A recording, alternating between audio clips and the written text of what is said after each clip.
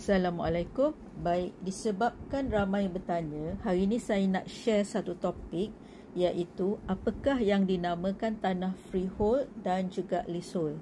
Freehold dan leasehold ni dia adalah merujuk kepada pegangan pemilikan sesebuah tanah tu. Contohnya tanah ataupun rumah dan sebagainya. Seperti mana yang tertulis dalam geran tanah. Freehold dia adalah pegangan bebas ataupun pegangan kekal, di mana seseorang pemilik tanah tu dia boleh memiliki hak tanah itu untuk selama-lamanya selagi tanah itu tidak diambil oleh kerajaan negeri lah atas tujuan untuk membangunkan tanah tersebut dan sebagainya. Manakala leasehold pula dia adalah pegangan pajakan, contohnya 99 tahun.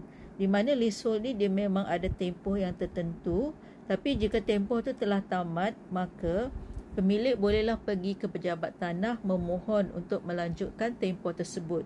Sekiranya tidak ada apa-apa perancangan yang kerajaan nak buat, jadi bolehlah tempoh itu dilanjutkan dan dikenakan juga bayaran.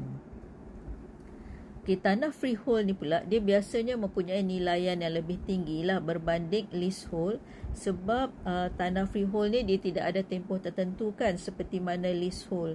Jadi apabila kita nak jual tanah tu juga dia mempunyai nilaian yang lebih tinggi. Saya harap perkongsian hari ini dapat memberi sedikit informasi kepada anda semua. Sekian.